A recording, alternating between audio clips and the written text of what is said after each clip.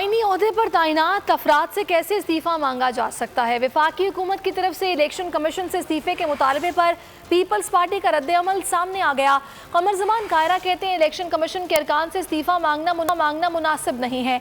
Imran Khan election commission नहीं अपने इस्तीफ़े की बात करें। हुकूमत ने सेनेट इलेक्शन में डाका डाला, सेनेट इलेक्शन बेनकाब हो गई। हुकूमत के जाने का वक्त करीब आ गया है। के बाद जो हुए सेनेट के इलेक्शंस, फिर जो चेयरमैन सेनेट के इलेक्शन हुए, इन सारे 3-4 अमलों ने हुकूमत की पूरी कली खोल के रख दी। इसका तो कोई सोच भी नहीं सकता था कि चेयरमैन सेनेट के 49 वोट यूसुफ रजा गिलानी साहब को मिले और उनमें से 7 वोट कैंसिल किए गए, जो बिल्कुल धांधली नहीं डाका है। और हमने उस दिन भी कहा था कि ये डाका हम नहीं मारने देंगे। खुद इन्होंने बनाया था, वो कॉन्स्टिट्यूशनल ऑफिस है, उस ऑफिस के खिलाफ अगर किसी को शिकायत है, मुझे है तो मेरा भी वो रास्ता है, वजीर आजम को है तो उनका भी वही रास्ता है। उस आईनी ओहदे से किसी से इस्तीफा नहीं मांगा जाता।